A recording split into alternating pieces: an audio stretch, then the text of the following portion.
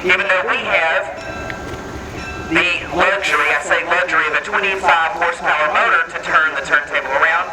Believe it or not, even though you heard me tell you that's about 200 tons in just a few moments will be distributed on that turntable, they were originally turning these around by hand.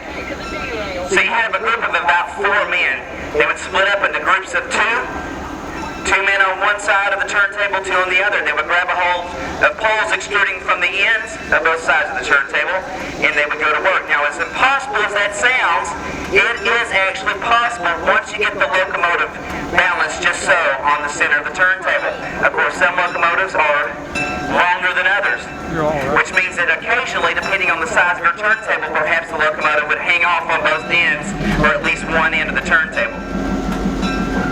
Turntables, this is on the short side as far as turntables go, and it serves us 2 purposes, obviously to demonstrate the turntable in action, and obviously you can see this is the end of the line for the Tennessee Valley Railroad.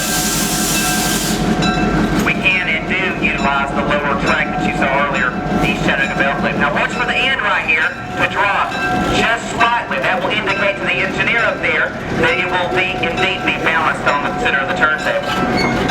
So I drop, that indicates to the engineer to stop the locomotive, and now the turntable operator will begin maneuvering that turntable around.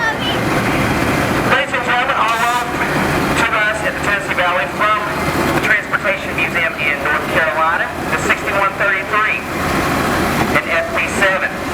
F stands for freight, P stands for passenger service. In other words, they could utilize this locomotive for either freight or passenger service.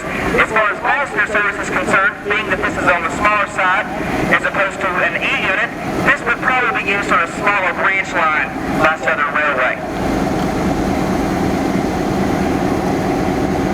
There is no high-tech operation in this process whatsoever. In fact, probably the iPhone or smartphone you have in your pocket, or maybe you've been texting on right now, probably has greater technology capacity and capability than what we're doing right here in front of you today. Of course, the turntable itself was built by the American Bridge Company in 1916.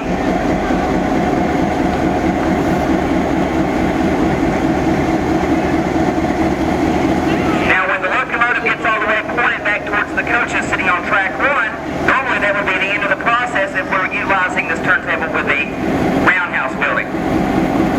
But for purposes of today, we're going to turn it back around so that we can recouple the locomotive on the back end of our excursion, and then we'll be utilizing a freight locomotive on the other end. You saw coming to Grand Junction earlier, a GP30 unit.